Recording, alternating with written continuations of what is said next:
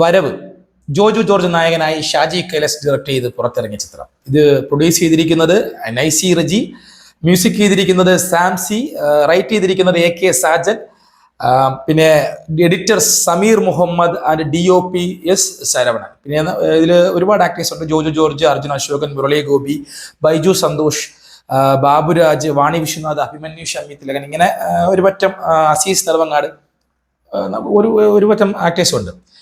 എൻ്റെയൊക്കെ കുഞ്ഞുനാളിൽ ഷാജി കൈലാസ് ചിത്രങ്ങൾ എന്ന് പറഞ്ഞാൽ അത് ഉണ്ടാക്കിയ ഓളം, ഒരു ആക്ഷൻ മൂവീസ് റേഞ്ചിൽ അത് ഉണ്ടാക്കിയ ഓളം എന്ന് പറഞ്ഞാൽ വേറെ റേഞ്ച് ആയിരുന്നു. അന്ന് സൂപ്പർ സ്റ്റാറുകളെ വെച്ച് അടുപ്പിച്ചടുപ്പിച്ച് പടങ്ങൾ ചെയ്തുകൊണ്ടിരുന്ന ഒരു ആക്ഷൻ കിങ്, ഒരു ആക്ഷൻ പടങ്ങളുടെ ഡയറക്ടറിൽ പുള്ളി ഒരു കിങ് എന്ന് തന്നെ നമുക്ക് പറയുന്ന റേഞ്ചിലുള്ള ഒരു മനുഷ്യൻ. 90s ഏർലി 2000s പുള്ളിയുടെ പടങ്ങൾ അത്രയ്ക്ക് ഓളസിട്ട് നമ്മളൊക്കെ അത് കണ്ടു പടന്നവരാണ്. ആ റേഞ്ചിലെ പടങ്ങൾ പിന്നീട് പുള്ളിയുടെ ആ റേഞ്ചിൽ നിന്ന് ഇങ്ങനെ താഴ്ന്ന് പുള്ളി മാരകമായ ദുരന്ത പടങ്ങൾ ചെയ്യുന്ന ഒരു അവസ്ഥയിൽ എത്തിക്കി. 2010 ശേഷം പുള്ളി ചെയ്ത മിക്ക പടങ്ങളും ദയനീയമായിരുന്നു. അപ്പോൾ ഈ ട്രെയിലർ വന്നപ്പോഴും ഇതെല്ലാം കണ്ടപ്പോഴും ഈ കുറേ അടുപ്പിച്ചിറങ്ങിയ കുറേ ദുരന്ത പടങ്ങളുടെ ഇതിൽ നമുക്ക് ഒരിക്കലും വലിയ പ്രതീക്ഷയില്ലാതെയാണ് ഈ പടത്തിന് ഞാൻ പോയതിന്. ടു ബി ഫ്രാങ്ക്, ഞാൻ ഓണസ്റ്റ്ലി പറയാണ്, ഭയങ്കരമായ പ്രതീക്ഷയൊന്നും ഇത് ട്രെയിലർ കണ്ടപ്പോഴും കിട്ടിയിട്ടില്ല. സോ അങ്ങനെ വലിയ പ്രതീക്ഷയിലൊന്നല്ല പോയത്. പക്ഷെ എന്നിട്ട് പോലും എവിടെയെങ്കിലും നമ്മളിലുള്ള നമ്മുടെ കുട്ടിക്കാലത്തിലെ നമ്മളെ കണ്ട് വളർന്ന ആ ഷാജി കൈലാസ് എന്ന് പറഞ്ഞ ഡയറക്ടറിനോടുള്ള ആ ഒരു നമുക്കൊരു ഇതുണ്ടല്ലോ, ആ ഒരു പ്രതീക്ഷ, ആ ഒരു ഇത് എൻ്റെ മൈൻഡിൽ എവിടെയെങ്കിലും നമുക്കത് കിട്ടുമെന്ന് പ്രതീക്ഷിച്ചു. ആ ഒരു ചെറിയ പ്രതീക്ഷ. അങ്ങനെയാണ് പടം കാണാൻ പോയിരുന്നു. പടം കണ്ടു തുടങ്ങി. പടം തുടക്കത്തിൽ തന്നെ എന്തിനോ ഒരു സ്റ്റണ്ട്, ഒരു ജോജോ ജോർജിന്റെ ഇൻട്രൊഡക്ഷൻ കാണിക്കാൻ വേണ്ടി കുറെ ഗുണ്ടകളുമായിട്ട് പുള്ളി സ്റ്റണ്ട് ചെയ്യുന്നു.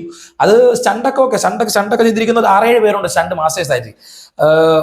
നമ്മുടെ mafia Sasi stunt Silva, Kalai Kingson, phoenix Prabhu, Rajasekhar master, Thavasi Raj and Jackie Johnson, ഇങ്ങനെ ഒരു 6-7 സ്റ്റണ്ട്. പക്ഷെ സ്റ്റണ്ട് മാത്രമുണ്ട് പടത്തിൽ എനിക്ക് കൊള്ളാമെന്ന് തോന്നിയത്. ഈ 6-7 പേരെ വെച്ച് അവർ ചെയ്തതിന് സ്റ്റണ്ട് മാത്രം പടത്തിൽ കാണാം, സ്റ്റണ്ട് സീൻസ്. പിന്നെ ജോജോ ജോർജിന് അതൊക്കെ ചെയ്യാൻ കുറച്ചൊരു പ്രത്യേക ഒരു പുള്ളിക്ക് ഒരു അപ്പിയറിക്കലാണെങ്കിലും പുള്ളിക്ക് അത് ചേരുന്നുണ്ട് സ്റ്റണ്ട്സ്. സോ അത് ഈ പടത്തിലുടനീളമുള്ള എല്ലാ സ്റ്റണ്ട്സിലും നമുക്കത് ബോറായിട്ടൊന്നും തോന്നുന്നില്ല. അല്ലാത്ത പക്ഷം പടത്തിലൊരു നട്ടല്ലായ സ്റ്റോറി, ഒരു സ്ക്രീൻ പ്ലേ ഒരു തേങ്ങയില്ല. ഇത് പിന്നെ ഒരു സീരിയൽ പോകും പോലെ ഓരോ കഥാപാത്രങ്ങൾ, നമ്മൾ ഈ 90s രാഷ്ട്രീയ പടങ്ങളിലെ ഓരോ കന്യാസ്ത്രീകളെ കാണിക്കുന്ന പോലത്തെ ഒരു കഥാപാത്രം പോലെ സുകന്യയുടെ കഥാപാത്രം വരുന്നു. പിന്നെ അർജുൻ അശോകന്റെ കഥാപാത്രം വരുന്നു, വളരെ വീക്കായിട്ടുള്ളൊരു കഥാപാത്രം. പിന്നെ ബൈജു സന്തോഷ്, അവരൊക്കെ അവരുടെ പ്രകടനങ്ങൾ സൂപ്പറാക്കി ചെയ്യും, അവർ പോവും. ഒരുപാട് കഥാപാത്രങ്ങൾ വന്നു പോകുന്നുണ്ട്. പിന്നെ ആകെ കൂടെ ഭേദപ്പെട്ട പ്രകടനം എനിക്ക് തോന്നിയത് മുരളി ഗോപിയുടെ ആക്ടിങ് ആണ്. പുള്ളിയുടെ വോയിസ് മോഡുലേഷനും കുറച്ചൊരു വെറൈറ്റി കൊണ്ടുവന്നിട്ടുണ്ട്. സോ അത് എനിക്ക് കുറച്ച് ബെറ്റർ ആയിട്ട് തോന്നി, ആ മുരളി ഗോപിയുടെ പോർഷൻസ്. ബാക്കി അതർവൈസ് എല്ലാവരും അവരുടെ ആക്ടിങ് ഒക്കെ കൊള്ളാം. പക്ഷെ ഒരു കഥ, ഒരു സ്റ്റോറി, ഒരു ബാക്ക് ബോൺ സ്റ്റോറി അത് ഈ പടത്തിലില്ല. അവരുടെ കുട്ടിക്കാലം കാണിക്കുമ്പോഴും അതൊന്നും ഒരു കണക്ഷനേ ഇല്ല. എന്തോ പെട്ടെന്ന് ഇങ്ങനെ നമ്മളൊരു കണക്ഷൻ കിട്ടാത്ത രീതിയിൽ എന്തോ കുട്ടിക്കാലങ്ങൾ കാണിക്കുന്നു. ഒരു ബാക്ക് സ്റ്റോറി, ഒരു ഇതുവാണല്ലോ, ഒരു ബലമുള്ള ബാക്ക് സ്റ്റോറി ഉണ്ടായിരുന്നെങ്കിൽ പടത്തിനൊരു ഇത് കിട്ടും. ഇത് ബാക്ക് സ്റ്റോറിയും ബലമില്ല, പോകുന്ന ലൈവ് സ്റ്റോറിയും ബലമില്ലാത്തൊരവസ്ഥയായി. സ്റ്റണ്ട് കാണിക്കുന്നു, പടം തുടങ്ങുന്നു, അടുത്ത് പെട്ടെന്നൊരു എന്തിനോ വേണ്ടി ഒരു പാട്ട് വരുന്നു. ആ പാട്ട് അവിടെ എന്തിനാണെന്ന് പോലും അറിഞ്ഞിടത്ത് ചുമ്മാ ഒരു ക്രെഡിറ്റ്സ് കാണിക്കാൻ വേണ്ടി ചുമ്മാ മറ്റേ ഒരു ആഘോഷം വരുന്നു, ഒരു ക്ഷേത്രത്തിൽ ഉത്സവം വരുന്നു, ഡാൻസ് കളിക്കുന്നു, പാട്ട് പാടുന്നു. ഈവൻ മ്യൂസിക്കിൽ പോലും ദയനീയതയാണ് ഫീൽ ചെയ്തത്. സാംസിയുടെ സാംസിന്റെ ഒരു അദ്ദേഹത്തിന്റെ മ്യൂസിക് എനിക്ക് വളരെ ഇഷ്ടപ്പെട്ട ഒരു പേഴ്സണാണ്. പക്ഷെ ഇതിൽ BGM ആണെങ്കിലും മ്യൂസിക് ആണെങ്കിലും ഒരു കുമ്മുമില്ലാത്ത പോലെയാണ് എനിക്ക് ഫീൽ ചെയ്തത്. തുടക്കത്തിലെ BGMs നോക്കണമെങ്കിലും സ്റ്റണ്ടൊക്കെ അങ്ങനത്തെ ഒരു കൊറിയോഗ്രാഫിയൊക്കെ സൂപ്പറാണ്. പക്ഷെ BGM വൈസത്ത് ഒരു കയറുന്നില്ല. മ്യൂസിക്കിലും പറയത്തക്ക നല്ല പാട്ടുകളായിട്ട് ഒന്നും തോന്നില്ല. ആകെ 2-3 പാട്ടുകളേ ഉള്ളൂ അതിൽ. പറയത്തക്ക പാട്ടായിട്ട് ഒന്നും തോന്നിയിട്ടില്ല. അതിപ്പോൾ സാഡ് സോങ്ങിലാണെങ്കിലും ശരി, അടിച്ചുപൊളി സോങ്ങിലാണെങ്കിലും ശരി. സോ മൊത്തത്തിൽ പിന്നെ ഇത് എന്തോ പിന്നെ ഇങ്ങനെ പോകുന്നു. കന്യാസ്ത്രീയുടെ കഥാപാത്രം വരുന്നു, ഇവരുടെ ഇത് കാണിക്കുന്നു.